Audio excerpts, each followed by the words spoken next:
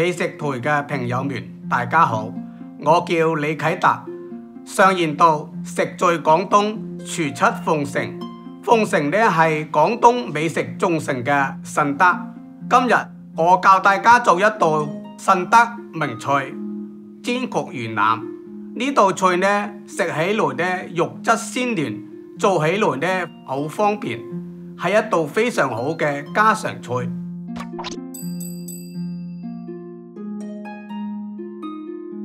做呢道菜呢，草魚嘅元腩呢係最好嘅選擇，因為呢草魚嘅元腩呢個肉質肥厚，同埋呢個魚刺呢比較少。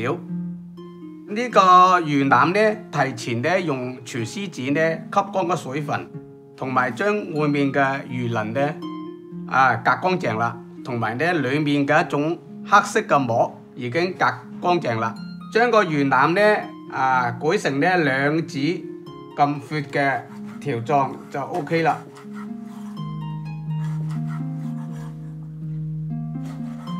改刀呢改成呢大小均勻。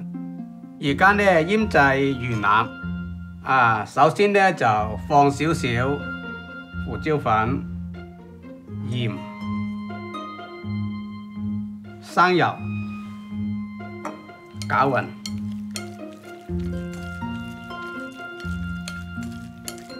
咁就醃製10分鐘左右，咁呢可以讓到呢個元腩去除佢嘅腥味，同埋令元腩呢更好咁入味。煎起來呢就唔黏鑊啦。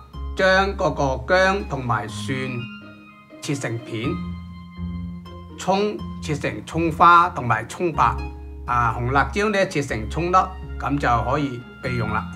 好啦，而家我哋就可以煎魚啦。大鑊呢燒熱嗰個鑊，咁就加啲油落去，將個鑊呢口嗰啲油呢受熱均勻，然後呢將個火呢改為中火，然後呢就將個元腩呢一塊一塊放落去。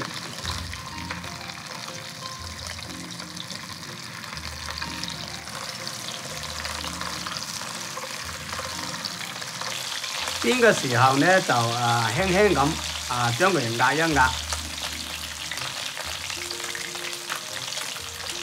喺呢家庭煎呢元腩嘅時候，最好呢首先呢就係優先呢用個奔天火，咁呢就唔容易黏鑊啦。將嗰個奔天鑊呢移動下，因為讓佢呢個受熱比較均勻啲。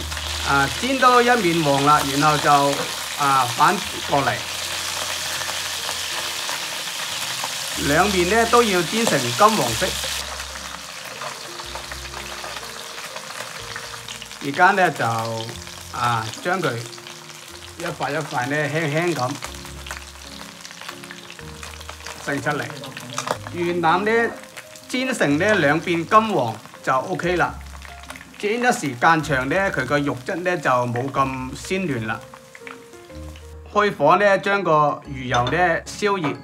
將個薑、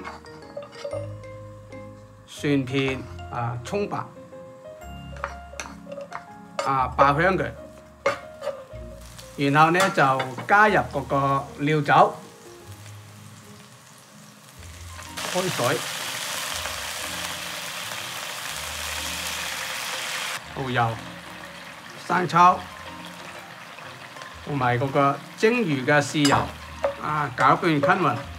然後呢就將元腩呢輕輕咁放落去，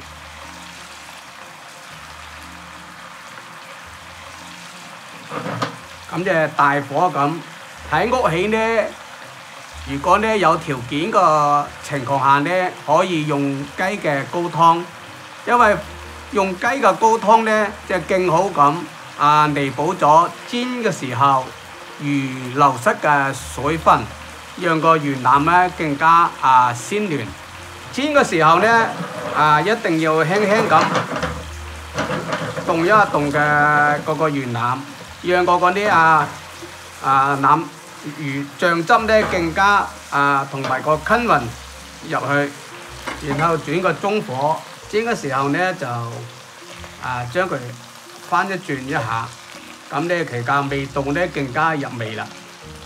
輕輕一定要輕輕，咁呢個魚呢就味道呢就全部入齊咗嗰個魚腩裡面啦。睇佢差唔多個魚汁呢收乾啦，然後就可以開大火，然後呢就賴少少嗰個油呢提高佢嘅亮度，魚腩呢就煎好啦。將嗰啲魚汁呢淋上去，然後呢就放少少紅辣椒粒同埋葱花，咁呢一道呢肉質鮮嫩、滋味濃郁嘅香氣噴噴嘅煎焗魚腩就做好啦。